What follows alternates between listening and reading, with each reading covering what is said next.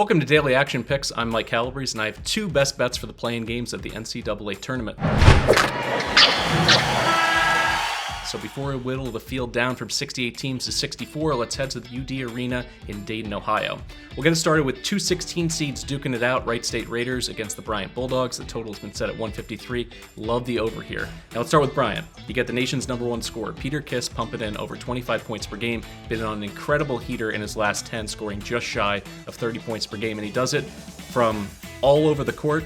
He can get to the rim. He can shoot it from three. He's got a lot of attitude. If you watch him in his conference championship game, barking at the student section, barking at other beat reporters, the guy has swagger. And what he's going to do is he's going to speed up this Wright State team. Now, does Wright State have the firepower, for lack of a better word, to stay in a shootout here? They absolutely do. They have a trio: Tanner Holden, Grant Basile, and Trey Calvin, averaging 43 points per game as a trio.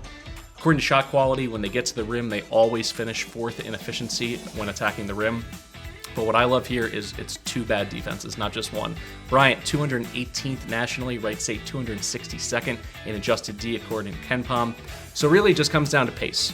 Can Bryant speed up Wright State? Because Bryant, in adjusted tempo, according to KenPom, 7th nationally, Wright State 97th. I think Peter Kiss is going to come out on fire. He's going to give Bryant an early lead, and it's going to lead to an up and down game and a shootout, so I like over 153 here. For the second game, let's look at two 12 seeds going at it, Wyoming and Indiana. I think the Pokes are a live dog here, plus 155 on the money line. Wyoming, according to shot quality, 30th in adjusted offense nationally, and they've done it without being lucky. According to KenPom, 238th. So that means open teams are making their shots, they're making their foul shots, they're not giving games away to the Pokes, so they've earned it. On a personnel standpoint, Hunter Maldonado, first team All-Mountain West, joined by Graham Ike, second team All-Mountain West. Those two love to do one thing in particular, and it's turn their back to the basket and post up. No team in the country posts up more in the half court than Wyoming. Why is that interesting in this spot? Because it puts Trace Jackson Davis potentially in a position to get into foul trouble.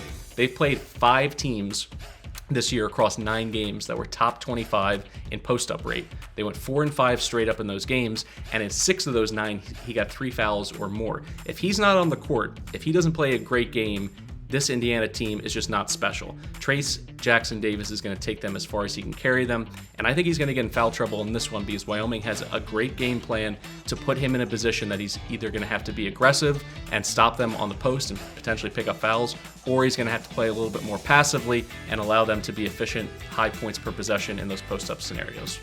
So those are my two picks. I like over 153, Wright State and Bryant, in the playing game between the 16 seeds. As for the 12 seeds, I like the upset, at least on paper, with Wyoming plus 155 on the money line. If you like any of these picks, feel free to share, like, comment. If you don't, happy to get into it with you in the comment section. You can comment right below here on the YouTube channel, or reach me over at Twitter at EastBreeze. That's EASTBREESE. For the Action Network, I'm Mike Calabrese.